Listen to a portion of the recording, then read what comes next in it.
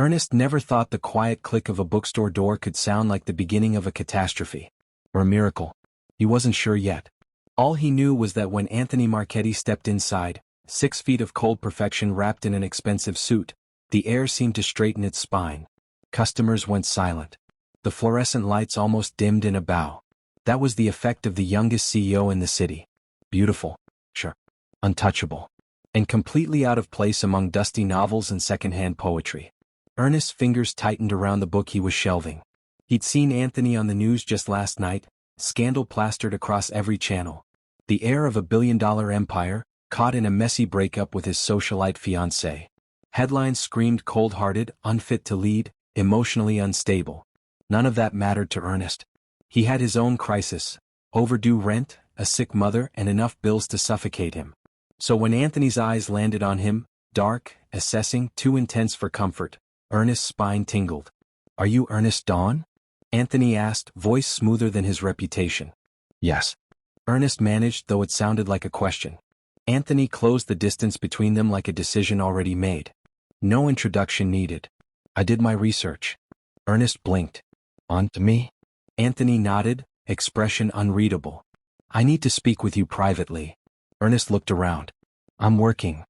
Anthony's gaze didn't waver. "And I'm paying." He said it simply, as if money was oxygen and he could hand Ernest unlimited air. Before Ernest could protest, the store manager hurried over, clearly starstruck. "Mr. Marchetti? Yes. Of course you can take him." "Ernest, go." Anthony didn't wait. He walked straight toward the small back office, assuming Ernest would follow. Of course Ernest followed. The office felt even smaller with Anthony in it, his presence taking up more space than the walls allowed. Ernest sat across from him, pulse tapping against his throat. Anthony's fingers tapped once on the desk. "I'm going to be direct." "I assumed," Ernest replied before he could stop himself. A flicker of amusement crossed Anthony's eyes, just 1 second. Then the CEO mask returned. "I need a temporary boyfriend." Ernest choked on oxygen. What? Why me?" "I can't use anyone from my circle," Anthony said. "They're all hungry for influence. And I can't choose someone too noticeable. I need someone ordinary." The word ordinary stabbed a tiny bruise into Ernest's pride. "But why a boyfriend? Isn't your ex female?" Anthony's jaw clenched. "The engagement was arranged. We were never compatible. My board wants stability. The media wants a story that makes me seem human. My family wants to embarrass me." He leaned back. "I intend to shut them all up." Ernest stared, still trying to catch up. "And you chose me? A bookstore clerk you've never spoken to before today?" Anthony's gaze softened a fraction. "I've seen you before. Picture perfect for what I need. Quiet. Not flashy. Smart. You won't try to manipulate me." Ernest frowned. "You don't know that." "I do," Anthony said simply. The certainty sucked all the breath from Ernest. Anthony opened a sleek black folder. 3 months. Public appearances, galas, a few dinners, occasional affection. Nothing more unless you consent. You will be compensated generously. The contract zeros made Ernest's stomach flip. It was more money than he'd ever seen in his life. Enough to pay for his mother's treatment. Enough to breathe again. Enough to maybe live. But the offer tasted dangerous. Ernest forced his voice steady. "Why me specifically, Anthony? There are thousands of people who do this for you." Anthony's eyes locked onto his with unsettling honesty. "Because you're the only one who won't fall in love with me." The room froze. Ernest laughed. It came out thin and shaky. "Wow. That's very humble of you." "It's realistic," Anthony said, unbothered. "I'm not interested in real love. I don't intend to give it, and I don't need it in return. This is business." Ernest swallowed, feeling the weight of that sentence settle like cold iron in his chest. "I'm not interested in real love." Of course he wasn't. Men like Anthony Marchetti didn't have the luxury of love. Everything in their world was a transaction. Ernest looked at the contract again. 3 months. Just 3 months. He could do this. He had to. "For the record," Ernest said slowly, "I have no intentions of falling for you." Anthony nodded, satisfied. "Good. And I don't like being called ordinary." That earned a real reaction. Anthony's brow lifted, and something warm flickered across his expression. "You're right," he said quietly. "You're not ordinary." That was sloppy phrasing. Ernest blinked. Did Anthony Marchetti just apologize? Before he could decide what that meant, Anthony extended a hand. "Do we have an agreement?" Ernest stared at Anthony's hand, at the immaculate cufflinks, at the faint veins along his wrist, at the power hidden beneath the calm exterior. This man could destroy him. This man could save him. Ernest took a breath. Yes. Their hands met, not a handshake but a moment of binding. Anthony's palm was warm, steady, controlled. Ernest was trembling. Anthony noticed. His thumb brushed lightly, unintentionally, over Ernest's knuckles. A barely there touch, but enough to burn. Good, Anthony murmured. We start tonight. The night arrived far too quickly. Ernest stood in front of his cracked bathroom mirror, adjusting the collar of the suit Anthony had sent him. It fit perfectly, hugging his shoulders like it had been made for him. Probably had. This is insane, he muttered to himself. But when he stepped out of his apartment, a sleek black car waited. And inside sat Anthony looking like a sin wrapped in silk. His eyes dragged over Ernest slowly, once, twice, lingering longer than a business relationship required. You clean up well, Anthony said quietly. Ernest didn't know why his cheeks warmed. Thanks. Anthony leaned in to buckle Ernest's seatbelt himself, fingers brushing against Ernest's chest. Too slow. Too intimate. Ernest's breath hitched. Anthony paused. You need to get used to physical proximity. The cameras will expect it. Right. Cameras. Public. Pretend. Then why did his voice sound lower? Warmer? Anthony sat back, expression unreadable. From this moment on, he said, you're mine. At least in the eyes of the world. The words settled between them like a promise and a threat. Ernest swallowed. Just until the contract ends. A strange shadow crossed Anthony's eyes. Something unnameable. Of course, Anthony said softly. Just until then. But fate didn't care about contracts. Or boundaries. Or warnings. And as the car pulled into the night, Ernest had no idea that the moment he agreed to be a substitute was the moment Anthony decided he would never let go. The gala shimmered like a world Ernest did not belong to, gold chandeliers dripping like frozen rain, violins humming in the background, and people dressed as if they'd never known a hard day in their lives. Anthony walked beside him, flawless as ever, his hand resting lightly at Ernest's lower back.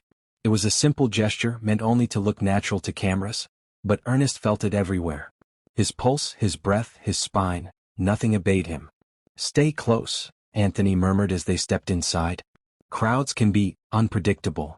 Are you protecting me? Ernest whispered back. Or protecting yourself? Anthony's lips curved slightly. Both.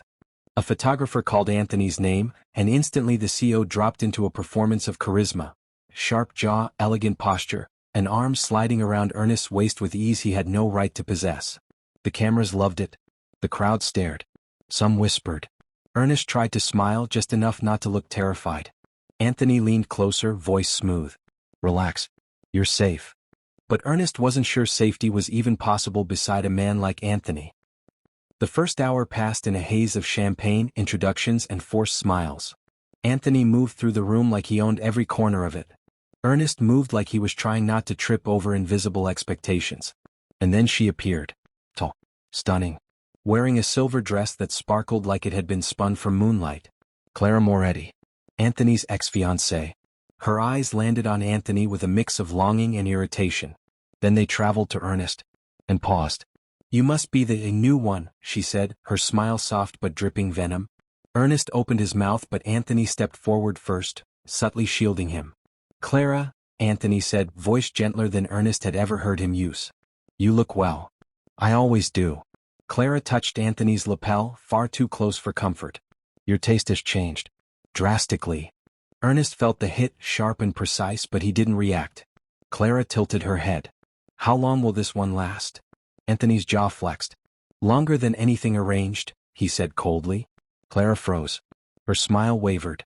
For the first time she looked at Ernest properly, not as competition but as something real enough to threaten her pride. But Ernest wasn't her enemy. He wasn't even supposed to be here. Clara stepped back, mask rearranged. I hope he's worth whatever game you're playing. Anthony's hand tightened at Ernest's waist, just slightly, just enough for Ernest to feel his pulse through the fabric. He is, Anthony said. A soft, dangerous truth hung beneath the words. Clara left without another look. Ernest exhaled shakily. Wow. She hates me. She hates me, Anthony corrected. You're just collateral damage. That doesn't make me feel better. Anthony's gaze flickered over him, lingering a heartbeat longer than necessary. "Do you want to leave?" he asked softly. "We can." Ernest blinked. "You'd leave a gala because I'm uncomfortable?" "Yes." Then quieter, "I didn't bring you here to suffer." Ernest's heart twisted sharply.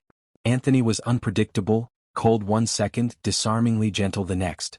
It made everything harder to categorize. It made it harder not to fall. Before Ernest could respond, a man approached them, all confidence and sharp cheekbones. "Anthony, you finally brought someone interesting." He looked at Ernest like he was something rare. "I'm Julian." Anthony's arm wrapped around Ernest a little tighter. "Julian is not to be trusted," he said under his breath. "Relax," Julian laughed. "I'm not trying to steal your boyfriend." Ernest nearly choked. Boyfriend. The word felt too big, too heavy, too dangerous. Julian leaned toward Ernest. "Blink twice if you're here against your will." Ernest smiled awkwardly. "I'm fine, thank you." Julian grinned. "Cute. Careful, Anthony. Someone might steal him." Anthony pulled Ernest closer, fingers curling around his waist in a possessive grip that sent a hot, unwanted shiver up Ernest's spine. "No one is stealing him," Anthony said, calm but edged with something dark. Julian raised a brow. "Interesting." He walked away, leaving silence between them. A silence thick enough to choke on. Anthony didn't release him. "You're tense," Ernest whispered. "So are you." Ernest swallowed. "People are staring. Let them." Anthony's voice dipped. "They'll stare either way."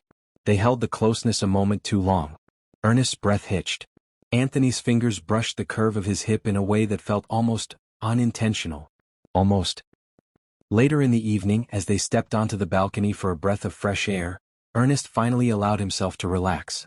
The night air was cool, brushing against his heated skin. Lights twinkled below like the city was watching. Anthony stood beside him, hands in his pockets, looking less like a CEO and more like a man trying not to drown. "You handled that well," Anthony said quietly. "I almost cried twice," Ernest confessed. Anthony's lips twitched. "You didn't." Silence. Comfortable. Strange. Ernest turned toward him. "Can I ask you something?" Anthony nodded. "Why did you defend me so strongly?" "Because it was necessary." "That's not an answer." Anthony's eyes met his, dark, unreadable, but softer than before. "Because someone touching my partner without consent bothers me." Ernest's breath stalled. "I'm not really your." "Tonight you are." Anthony stepped closer. "And I take that seriously." Ernest felt the world shrink around them. The tension was thick, warm, dangerous. "Anthony," he whispered. Anthony's hand lifted, hesitating for the first time all night, then brushed a stray strand of hair from Ernest's forehead. The touch was careful. Gentle. Too intimate. Ernest's heart thudded wildly. "We're supposed to keep things believable." Anthony's gaze dropped to his lips. "This is believable." The air snapped. Ernest's breath tangled with Anthony's. He didn't expect what happened next, not the way Anthony's hand cupped his jaw, not the slow but deliberate pull forward, not the soft press of lips that tasted like restraint and fire mixed into one. The kiss wasn't desperate. It wasn't hungry. It was intentional. A claiming disguised as something casual. Ernest felt his knees weaken. Anthony's thumb brushed his cheek. His other hand rested at the curve of Ernest's waist. And for a dangerous moment, Ernest kissed back. Warm. Slow. Real. When Anthony finally pulled away, their breaths mingled in the quiet night. "That wasn't in the contract," Ernest whispered. Anthony's voice was low, almost rough. "It will be if you want it to be." Ernest stared, caught, stunned, trembling. Because he didn't know what scared him more. That Anthony had kissed him like he meant it, or that Ernest had wanted him to. Ernest didn't sleep that night. How could he? How was he supposed to close his eyes when Anthony's kiss still burned on his mouth, slow, warm, intentional? A kiss that felt far too real for a relationship built on papers and signatures. He spent half the night pacing in his tiny apartment, replaying the moment over and over, telling himself it meant nothing. It was part of the act. It had to be. It needed to be. But Anthony hadn't said it was acting. He had said, "It will be in the contract if you want it to be." And that, more than the kiss, had ruined Ernest's sleep. By morning, Ernest felt like his nerves had been sandpapered raw. Anthony's driver arrived precisely at 8 a.m. as always. The car door opened, revealing the man whose existence had derailed Ernest's sense of reality. Anthony looked different this morning. Less polished. His hair slightly tousled, tie undone, shirt sleeves rolled up. Dangerously human. "Good morning," Anthony said, voice low from lack of sleep. Ernest swallowed. Morning. The car door shut, sealing them into a world too small to contain the silence stretching tight between them. Finally, Anthony turned to him. I didn't overstep last night, did I? Ernest froze. Anthony never sounded uncertain. Never unsure. This was new. A crack in the armor. Ernest shook his head slowly. You didn't force anything. But you confused me. Anthony nodded once as if bracing himself. I confused myself. Ernest's breath hitched. What does that even mean? It means, Anthony said quietly, I did something impulsive. I don't do impulsive. His eyes softened with something dangerously close to vulnerability. And I haven't been able to stop thinking about it. Ernest's heart stuttered. This was too much. Too soon. Too real. You said this was business, Ernest whispered. You said you didn't want real love. I said I wasn't looking for it. Anthony's gaze pierced him. That doesn't mean I'm incapable of feeling anything. Ernest exhaled shakily. Anthony, don't make this harder. A long silence followed, filled with everything they couldn't afford to say. Anthony had a full day of meetings, but he insisted Ernest accompany him. It wasn't part of their contract. It wasn't necessary. But Anthony didn't care about necessary today.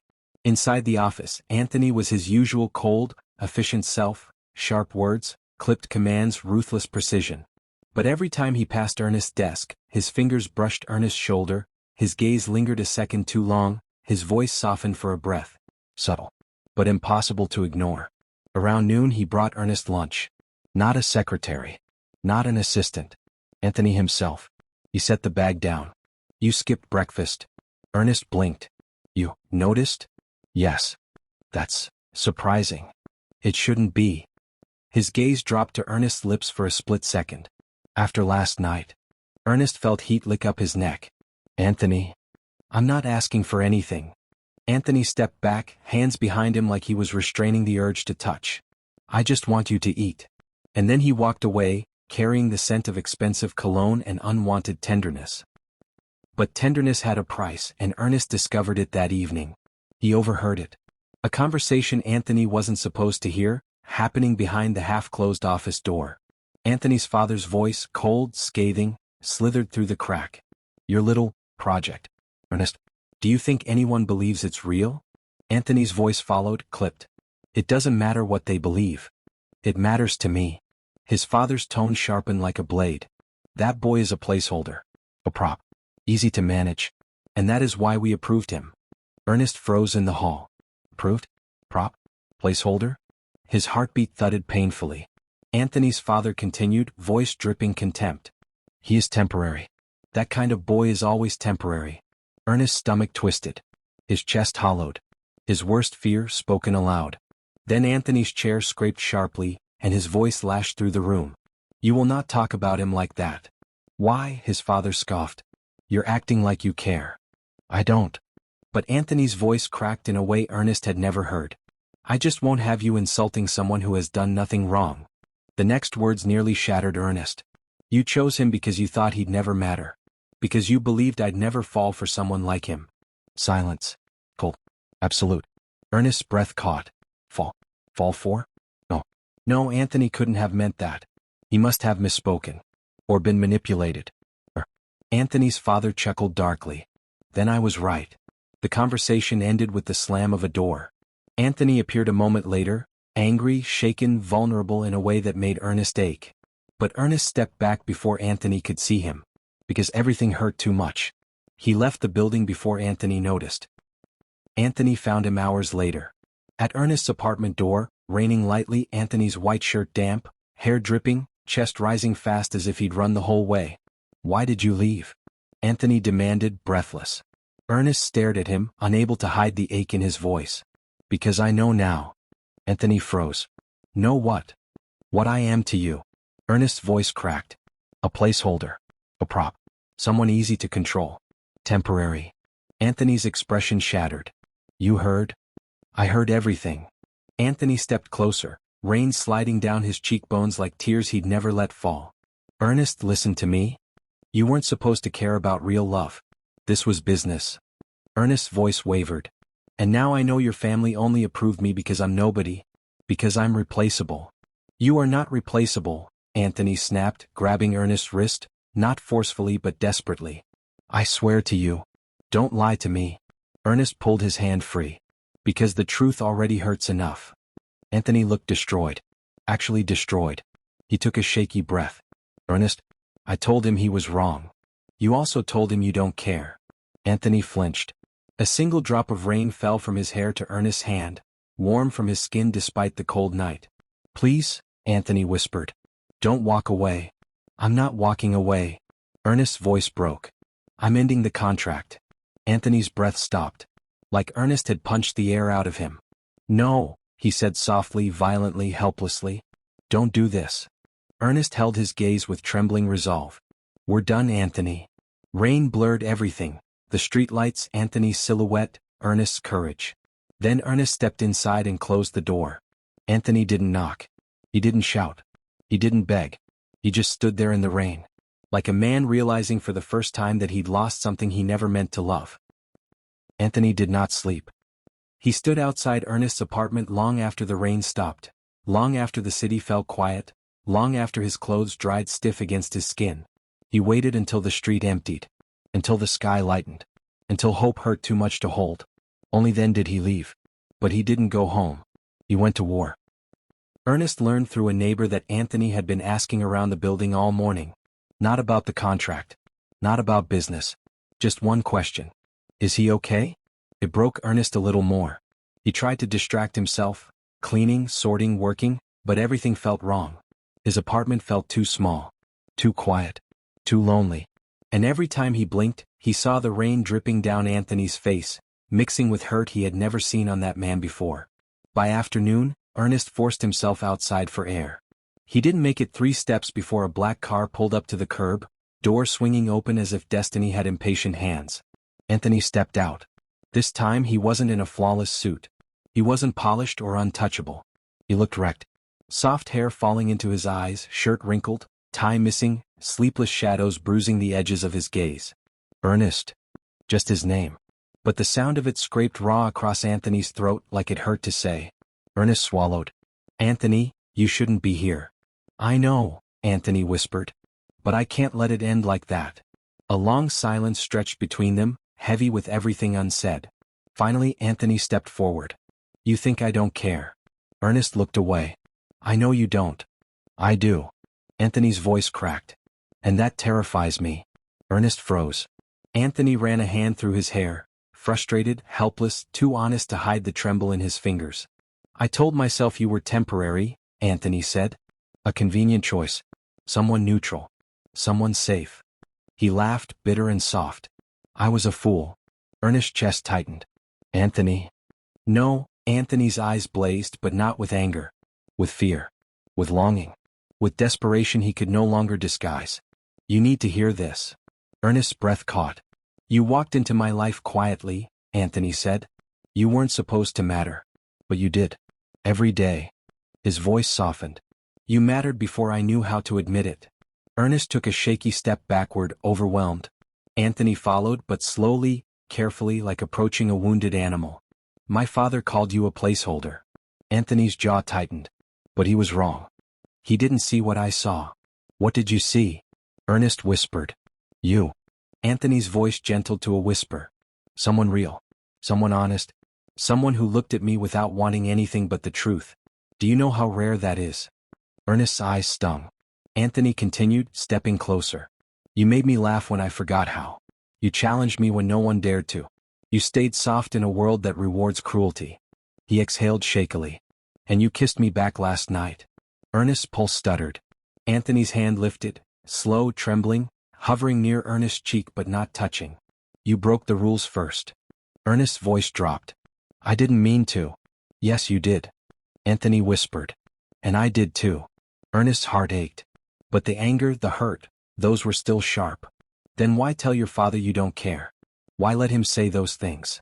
Anthony swallowed hard. Because I've lived my whole life under his control. And for a moment I let fear win. Ernest blinked. Fear. Anthony nodded. Fear of wanting you. Fear of needing you. Fear of giving you the power to break me. His eyes softened with agonizing honesty. And you did.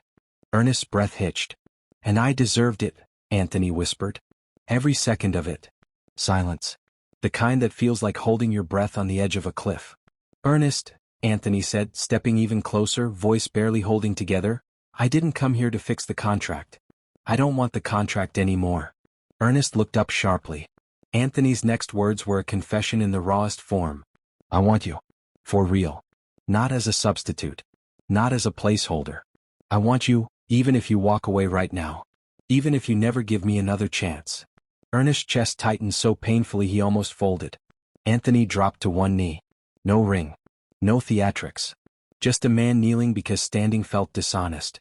Anthony, get up, Ernest whispered, startled. No, Anthony said softly. Not until you know the truth. Ernest's throat burned. Anthony looked up at him with eyes that finally, carried no walls. You're not temporary. You're not convenient. You're not chosen because you're easy.